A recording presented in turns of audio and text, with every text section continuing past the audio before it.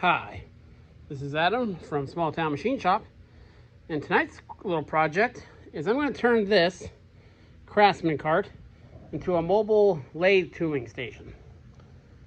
Now, I just got this because it was cheap at a yard sale, but a comment from Sally Brokaw, I think is how you pronounce the last name, suggested turning it into a mobile tool cart for one of the machines, and that's exactly what I'm going to do.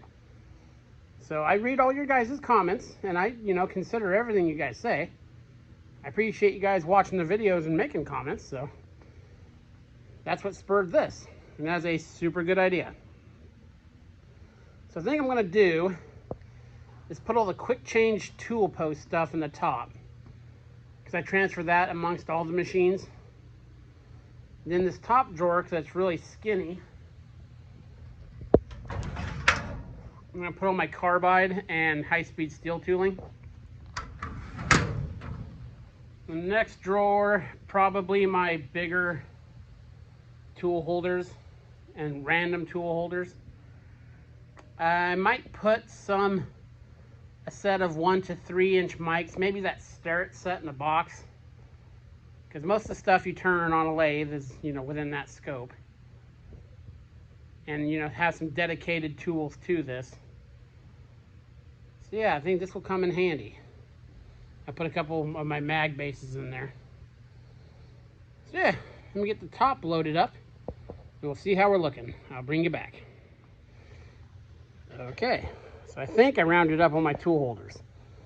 Yeah, worked in here pretty good. Here's my boring bars. The ones I've dedicated to boring bars. Here's my big boring bar holder. I do a lot of boring, so here's my boring bars. I'm a big fan of these guys. I've got three of them. Those are my go-tos. You can put through cooling through them. I don't do that, of course, but I got a big high-speed steel bar.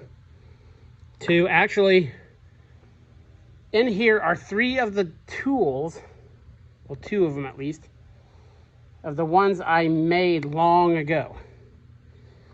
This guy I made forever ago. And it's for holding high-speed steel in a tool holder. Small high-speed steel. That's what I used at the time. I made that long ago. This, I made it, it works. I should have made it differently. This is a bump straightener, if you know what I'm talking about. I use it on some discs I was making, some spacers. You put this in a tool post and bring it, not super tight in a chuck down. You bring this against it until that's spun. It works okay. So it's in there for nostalgia's sake. And this is the first boring bar I made. I don't remember why I made it so long. It's just holds a high-speed steel bit. It actually works very well. So, can't get rid of those. There's all my Loris holders. Some of them are Loris, some are whatever. The Shards ones are just as good. Okay. Don't spend the money. I know people say there's so much better. It's a block of steel. What I do have is this holder right here. This is on Loris. I have no idea what goes in here. All it has is this nub. There's a hole going through it. There's a part in the middle. That's for the height adjuster. So I have no idea what goes in there. No idea. And I got this guy I need to get more bits for. Just a turning tool that has replaceable inserts. Never used it. And just your typical, cutoff bit. I use one that just used for high-speed steel. I use a lot of high-speed steel. And just your usual ones with different ends. There's ones waiting for a holder if I need them. So yeah, that worked out well.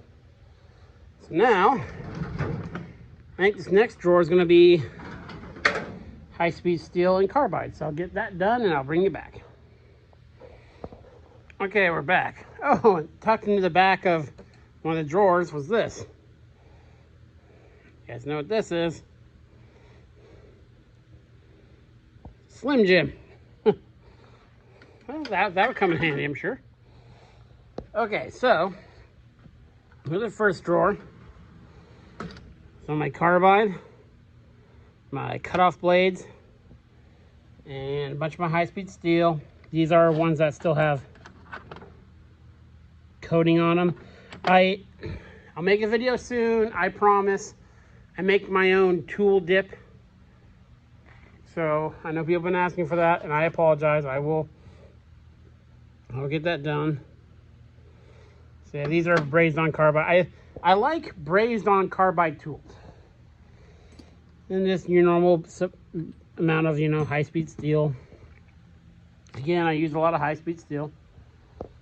So that's worked out nice. Below it, started putting some of my larger Armstrong type holders. This guy, I put in a tool holder when I'm doing my threading. Yep, I still thread with one of those. It works really well. Now I'll get some more stuff in here as I go through the bigger machines. I got some boxes I need to go through. And I'll get some of that anti-slip matting underneath them. In here, let's put some normal lathe tools. That's a Starrett 1-3 set. Got at a yard sale a couple weeks ago. It's 1-3, 4, 5, 6. Couple mag bases, a Mighty Mag. I need to get some more dial indicators in here. The ones I have don't have boxes, so I need to find a way to protect them.